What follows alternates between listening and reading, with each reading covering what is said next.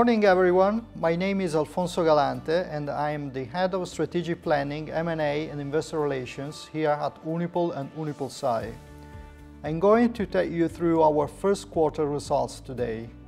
We are now entering the final year of our 3-year strategic plan with a new streamlined group structure as a result of the restructuring of the banking business and the reorganization of the insurance operation. So let's start with the consolidated results. I would like to remind you that these results include the accounting effect of the sale of the stake in Popolare Vita. Even excluding this extraordinary item, which mostly impacted the life business and to a small extent the non-life business, our net consolidated results show an improvement on this time last year. The non-life profit is substantially in line with the first quarter 2017, while the life profit shows improvement. The banking business also shows improvement, and the holding and other segment is affected by the recent debt issuance, real estate write-downs and the banking restructuring. On this basis, the net consolidated result increased 4% to 163 million euro at Unipol and 13% to 166 million euro at UnipolSai. Including the extraordinary effect, the reported figures are 472 million euro and 474 million euro for Unipol and UnipolSai respectively. In non-life, total premiums are 1,945 million euro at Unipol and 1,920 million euro at UnipolSai, a slight decrease at Unipol and also at UnipolSai on a like-for-like basis, bearing in mind that the first quarter 18 figures for UnipolSai include Linear and Unisalute, which were not present in the first quarter 17. The year-on-year fall in non-life premiums is mostly due to a reduction in corporate premiums and partly due to a fall in our average motor premium compared with this time last year, which however has been largely stable over the last number of months. The combined ratio after reinsurance stands at 95.1% and 95.4% for Unipol and UnipolSai respectively. Overall, these figures confirm the positive trend of all the technical indicators, where we continue to see an improvement in both frequency and reported claims.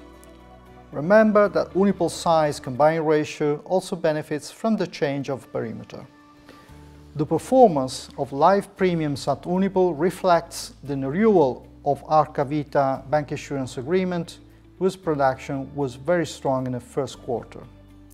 Similarly, UnipolSai SPA continued to show a positive trend, while the premium income at UnipolSai as a group is lower compared to this time last year due to the fading contribution of Popolare Vita, which is consolidated for the final quarter. Total life premiums are 1,346 million euro at Unipol and 975 million at UnipolSai. Turning to the next section, here you can see an overview of the key indicators of the banking business, which closed the quarter with a gross results of 10 million euro, 7 million euro net of taxes. This result benefits from the restructuring of the segment and from the relaunching of the bank's commercial activities, refocusing on its core business. The decrease of direct deposits is due to a strategic decision to reduce deposits from institutional clients due to the rather abundant liquidity position, while the reduction of net loans is mainly due to the 554 million euro spin-off of net loans to Unipol Rec. And here you can see the situation in terms of NPEs at first quarter 18 following that spin-off. In the banking business, the coverage ratios of bad loans and UTP are best in class, respectively 77% and 45%, including the effect of the first-time adoption of IFRS 9. This high level of asset quality confirms the group commitment to strictly managing our banking risks and revamping the core banking business. On the 1st of February, Unipol Rec became operational in the NPL business. At the end of the first quarter 18, its loan portfolio is entirely made up of bad loans. 2,890 million euro gross, 549 million euro net, covered at 81%. In terms of asset allocation, total investments are now equal to 56.6 billion euro at Unipol and 47.1 billion euro at UnipolSai, given that Popolare Vita is now out of scope on the asset side. At Unipol, bonds represent 82.9% of the portfolio, of which 55.7% invested in Italian government bonds. The asset allocation at UnipolSai mirrors this. The total yield remains at rather satisfactory levels: 4.1% for Unipol and 4.4% for UnipolSai.